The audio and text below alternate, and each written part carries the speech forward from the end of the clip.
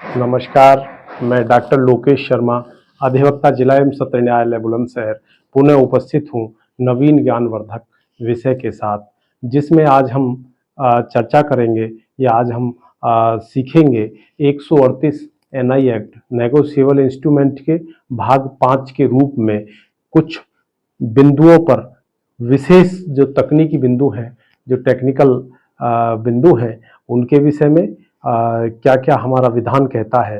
तो वो आज हम 4 बिंदुओं पर हम चर्चा करेंगे, जिनमें से पहला बिंदु है संयुक्त खाते से पति द्वारा निकाले गए चेक। संयुक्त खाते से पति द्वारा निकाले गए चेक के लिए पत्नी उत्तरदायी नहीं होगी, पहला। दूसरा बिंदु कहता है कि यदि चोरी या गुम हुए चेक के आदेश के विरुद्ध गुम हुए चेक 138 एनआई एक्ट के तहत पोषणीय नहीं है। मीन्स 138 एनआई एक्ट के सापेक्ष किसी भी प्रकार से हम चोरी या गुम हुए चेक का परिवाद फाइल नहीं कर सकते। अगला विषय है कि कोई व्यक्ति यदि किसी भी कंपनी का कोई प्रबंधन कर रहा हो, तो वो प्रबंधन के समय यदि किसी को कंपनी का कोई चेक ऑथराइज सिग्नेटरी होने के नाते दे देता है, तो वह व्यक्ति चेक बाउंस के मामले में उत्तरदायी नहीं होगा।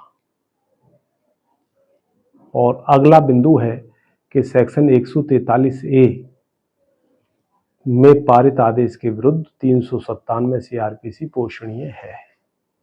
इन 4 बिंदुओं में बातचीत करेंगे। पार्ट 4 में मैंने 3 बिंदुओं पे आपसे वार्तालाप किया था कि यदि कोई व्यक्ति हस्ताक्षर मिसमैच प्रदर्शित करता है और ये कहता है कि मेरे हस्ताक्षर में कोई व्यवधान पैदा कर देता है, तो उसके लिए भी न्यायालय से उसका नमूना हस्ताक्षर प्रमाणित प्रतिलिपि मंगाई जा सकती है संबंधित बैंक से। इसी प्रकार मैंने तीनों बिंदुओं पर आपसे चर्चा किया। आज 4 बिंदु हैं। तो पहला बिंदु है हमारा संयुक्त खाते से यदि पति द्वारा निकाला गया कोई चेक है, तो पत्नी उसके लिए उत्तरदायी नहीं होगी। ये अभी निर्धारित किया हुआ है Punjab and Haryana high court Chandigarh द्वारा प्रतिपादित क्रिमिनल मिसलेनियस 21/768/2022 में, जिसका 30/11/2023 को जो डिसाइड हुआ था। अगला विषय, जो मेरे प्रशिक्षु अधिवक्ता या विद्वान अधिवक्ता महोदय इसे देख रहे हैं, वो नोट कर लें इसे, क्योंकि अधिकांश थे इस विषय को लेकर के अधिक मामले न्यायालय में आते हैं और वो कुछ दूरी तक चलने के बाद वो समाप्त हो जाते हैं। कौन सा बिंदु है? चोरी या गुम हुए चेक 138 एनआई एक्ट में नहीं आते। आप कहीं क्यों नहीं आते साहब? हमें तो चेक दे दिया और बाद में वो कहे गुम हो गया, लेकिन ऐसी बात नहीं है। वो गुम चेक तब माना जाएगा जब उसकी प्राथमिकी दर्ज तुम्हारे को चेक देने से पूर्व में की जा चुकी हो, बाद में पूर्व में की जा चुकी हो। आप पे चेक आ गया, वही चेक की प्राथमिकी दर्ज है पूर्व से, तो वो 138 एनआई एक्ट में नहीं आएगा। गुम चेक है, उसकी एफआईआर दर्ज है, नहीं आएगा। जहां तक 138 एनआई एक्ट का सवाल है, ये कहां भी निर्धारित किया हुआ है? बॉबी आनंद उर्फ योगेश आनंद बनाम स्टेट ऑफ यूपी में, जो application under section 482 CrPC number जिसका 7631/2018 और जो डिसाइड हुआ 17/5/2023 को। इसी प्रकार Tarun Batra versus Shikha Delhi high court पर, इसी प्रकार Bimal Kumar Naupani versus state of UP, और इसी प्रकार सबसे महत्वपूर्ण साविया खान आदि बनाम स्टेट ऑफ यूपी, जो माननीय सर्वोच्च न्यायालय द्वारा प्रतिपादित किया गया है।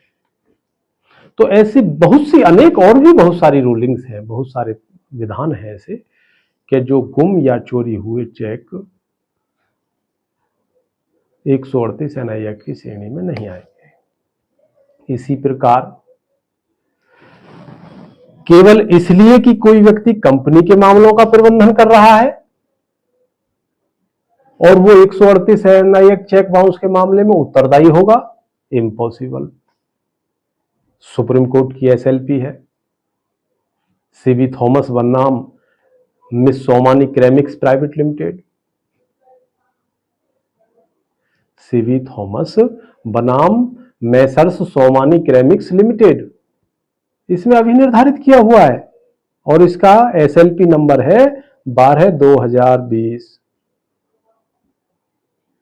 तो किसी कोई मैनेजमेंट, कोई सिग्नेटरी ऑफिसर है, कोई सिग्नेटरी है, ऑथराइज सिग्नेटरी है किसी भी कंपनी का, वो स्वामी नहीं है उसका, तो उस पर कोई भी वाद पोषणीय नहीं है परिवाद 138 एनआई एक्ट के तहत।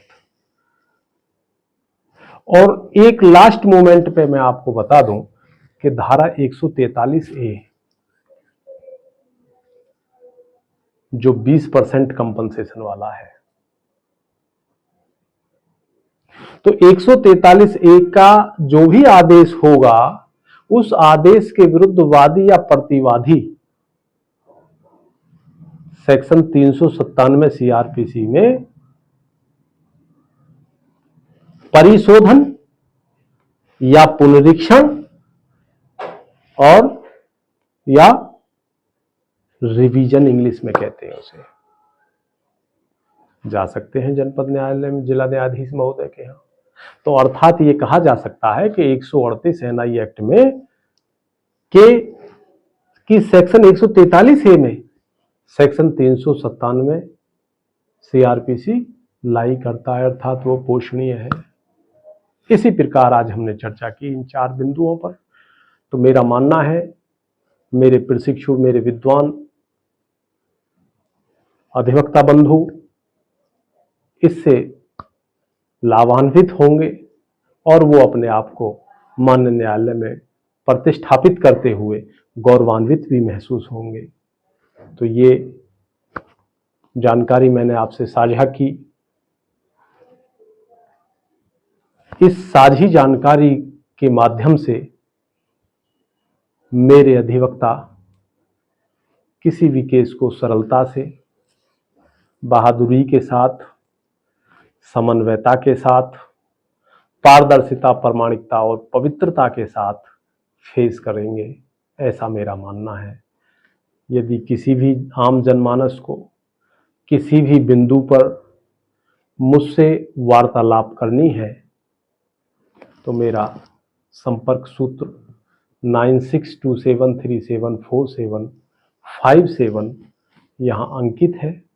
इस पर किसी भी दिन शाम को 5 बजे से रात्रि 9 बजे तक टेलीफोन करके सीधा समस्या का निराकरण कर सकता है और कोई भी राय इत्यादि ले सकता है। नमस्कार।